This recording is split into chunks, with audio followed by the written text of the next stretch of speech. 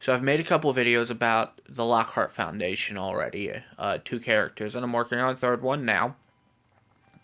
But I figured it'd be interesting to explore the world that they inhabit a little bit that I came up with. Now, it's an interesting world. It's a rather large planet split down the middle by a gigantic ice wall. And on one side, you have the world of Stormforge, and on the other side, you have the land of the Four Kings. Now, Stormforge is primarily where the Lockhart Foundation is from. It's named after the largest empire that spans the continents. It has several continents, roughly the size of Pangea, just about. About four of them to be exact.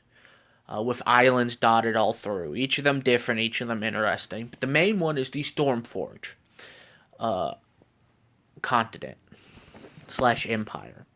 And they have on there several different places with interesting things. You have, of course, the Stormforge Empire with the Dragon's Grave continent or state, which is built on top of a giant dead dragon skeleton, said to be the skeleton of the mother of all dragons, Tiamat, who's not an evil deity within this world. She's the mother of all dragons and one of the creators of Stormforge. Then you have the Fae and Wildlands, which is more of a Norse Fae mythology. You have the Ashen Wastelands, which are kind of like flat plains mixed with, more like Australian flat plains. Think Australia. You have the Singing Deserts in the south, and the icy tundra of the north. And all of these are fairly interesting. This is where the Lockhart clan is primarily stationed, particularly in the Fae Wilds. Now,